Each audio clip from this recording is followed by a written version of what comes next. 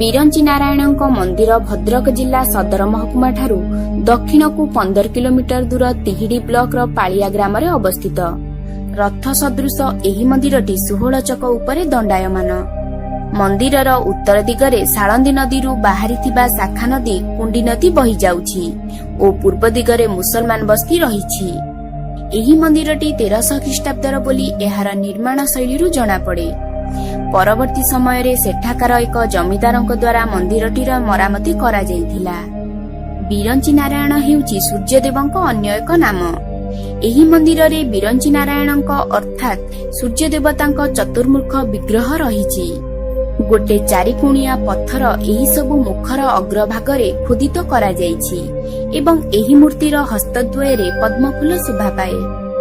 ମୂର୍ତ୍ତିଟି 7ଟି ଘୋଡ଼ାରେ ଯୋଖାଯାଇଥିବା ଏକ ରଥ ଉପରେ ଶୋଭା ପାଉଛି। ଏହି ମନ୍ଦିରଟି 3 ଫୁଟ 3 ଇଞ୍ଚର ଏକ ଚଟାଣ ଉପରେ ଅବସ୍ଥିତ।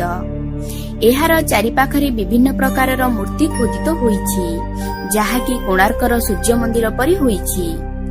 ପର୍ବପର୍ବାଣୀ ସମୟରେ ଏହି ମନ୍ଦିରରେ ଅନେକ ଲୋକମାନଙ୍କ ସମାଗମ ଦେଖିବାକୁ ମିଳେ। ମକର ମେଳା ଓ ଗୁଣ୍ଡୁଣି ମେଳା ଦିନ ଭକ୍ତମାନେ ଫୁଲ ଛେଉ ଓ କୁଷ୍ଠ ରୋଗର ନିବାରଣ ପାଇଁ ଫୁଲ ଛତା ଓ ଫୁଲ ବିଞ୍ଚଣା ଠାକୁରଙ୍କ ଉପରେ ଚଢାନ୍ତି। ଏହି ଗୁଣ୍ଡୁଣି ମେଳା ଅଗ୍ନି ଉତ୍ସବର ପରଠାରୁ 4 ଦିନ ଧରି ଚାଲେ। ମାଘ ଷଷ୍ଠୀ ଦିନ ବିରଞ୍ଚି ନାରାୟଣଙ୍କ ବଡସିଂହାର ବେଶ ଅନୁଷ୍ଠିତ ହୋଇଥାଏ ଏବଂ ଏହି ଦିନ ବ୍ୟାଧିଗ୍ରସ୍ତ ଲୋକମାନେ ମନ୍ଦିରର ଉତ୍ତର ପାର୍ଶ୍ୱରେ ଅଧିଆ ପଡ଼ିଲେ ଆରୋଗ୍ୟ ଲାଭ କରନ୍ତି ବୋଲି ବିଶ୍ୱାସ ରହିଛି। ମନ୍ଦିର ନିକଟରେ ଏକ ଗୁଣ୍ଡିଚା ମଣ୍ଡପ ରହିଛି। ପୂର୍ବ କାଳରେ ଗୁଣ୍ଡୁଣି ମେଳା ଦିନ ଏଠାରେ ରଥଯାତ୍ରା ହେଉଥିଲା।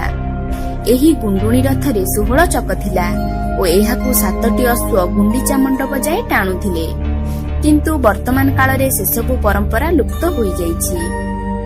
ତେବେ ଏହା ଥିଲା ଦ୍ୱିତୀୟ କୋଣାର୍କ ବା ପ୍ରଭୁ ବିରଞ୍ଚି ନାରାୟଣଙ୍କ ମନ୍ଦିର ବିଷୟରେ କିଛି ଅଜଣା କଥା ଏବଂ ଆପଣ ନିଶ୍ଚୟ ଏହି ସୁନ୍ଦର ମନ୍ଦିରକୁ କେବେ ବୁଲିବାକୁ ଯାଆନ୍ତୁ। ଭିଡିଓଟି କିପରି ଲାଗିଲା ତଳେ କମେଣ୍ଟ କରି ନିଶ୍ଚୟ